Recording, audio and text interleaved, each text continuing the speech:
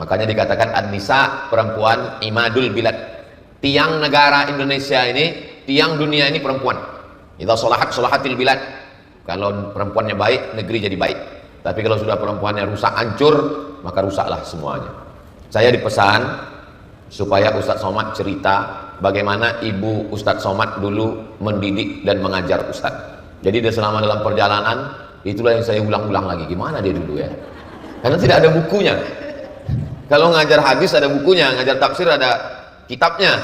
Tapi kalau permintaan khusus Ustadz Lukman ini, di perjalanan apa yang mesti saya ingat? Akhirnya saya simpul, ringkas-ringkaskan, dapat saya lah 5 poin.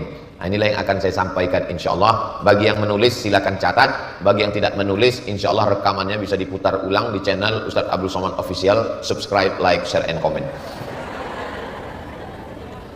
Yang pertama, seingat saya, ibu saya itu dia suka bercerita. Jadi saya di antara pendidikan itu adalah cerita ibu. Nah sekarang banyak ibu-ibu ini tidak sempat cerita dengan anak-anaknya. Tidak ada komunikasi dengan anak. Kenapa tidak sempat cerita? Karena sibuk scroll. Scroll. Sibuk ngedit foto. Sudah pakai 5 filter masih hitam juga.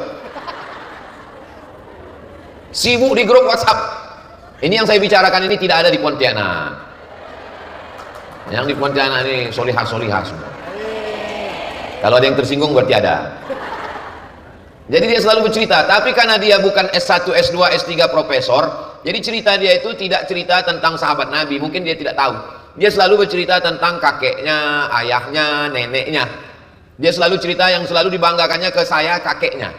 Kakekku dulu namanya Syekh Abdurrahman, dia belajar ke Patani, Thailand. Dari Thailand dia pergi ke Makkah, dia di Makkah 7 tahun, kitabnya 3 kereta lembu.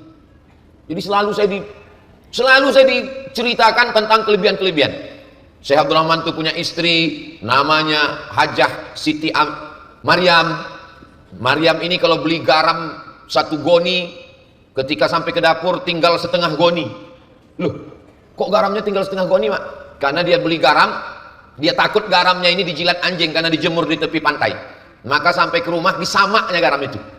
Garam kalau disamak dicuci 7 kali kan tinggal setengah. Jadi cerita itu melekat ke kepala saya. Nenekku namanya Hajah Siti Maryam. Maryam itu dulu kalau bertanam padi, biasanya orang menyemai dulu. Diambil bibit padi itu, ditanam untuk nanti ditanam di tengah sawah. Biasanya dia tanam 1/3 untuk dia, yang 2/3 dibagi-bagikannya. Begitulah kedermawanannya. Nenekku dulu di depan rumahnya ada pasar, kalau mau hari raya dibelikannya baju fakir miskin.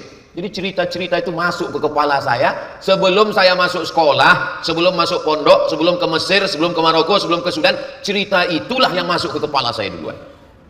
Makanya ibu-ibu mesti bercerita. Kalau belum pandai cerita, nanti kita minta Ustadz Lukman buatkan kursus cerita. Bagaimana supaya ibu bercerita. Karena Quran itu juga isinya cerita.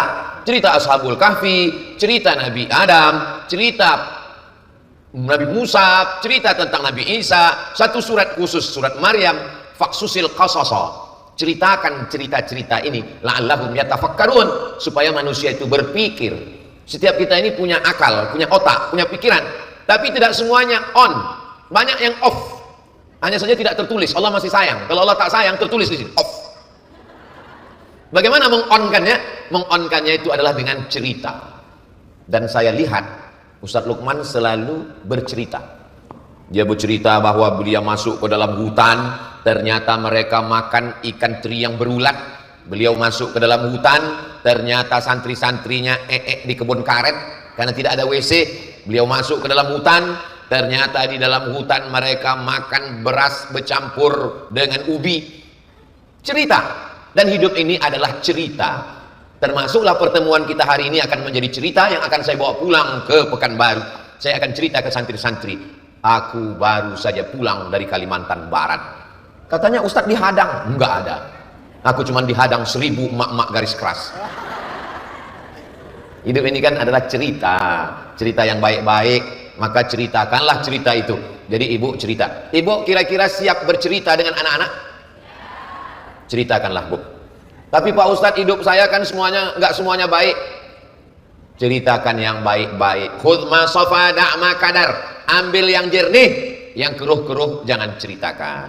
Adapun yang buruk-buruk jangan ceritakan.